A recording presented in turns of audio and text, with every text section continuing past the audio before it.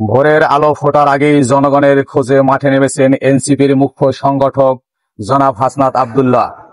আজকে গর্বিত এই ২৪ জুলাই আন্দোলনে সরকার নির্বাচনের মহানায়ক এবং লড়াকু সৈনিক বাংলার বাঘ উপস্থিত হয়েছে। বাংলার বাঘ জনগণের জন্য কাজ করতে পারি, আপনাদের সমস্যা নিয়ে যেন আমরা কাজ করতে পারি, সেই জন্য হচ্ছে আপনারা আমাদের পাশে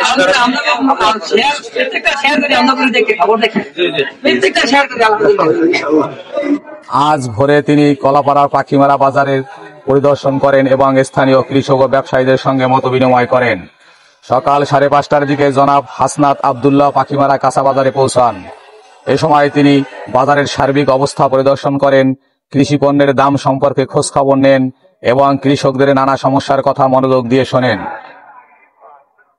স্থানীয় এক কৃষক জানান, উনি আমাদের কথা শুনেছেন, বাজারের দামের বিষয়েও খোঁজখবর নিয়েছেন। এটা আমাদের জন্য বড় প্রেরণা। কৃষকদের উৎপাদিত পণ্যের ন্যায্য মূল্য নিশ্চিত করা এবং বাজার ব্যবস্থাকে আরও সক্রিয় এবং স্বচ্ছ রাখার উপরে গুরুত্ব আরোপ করেন এই মুখ্য সংগঠক।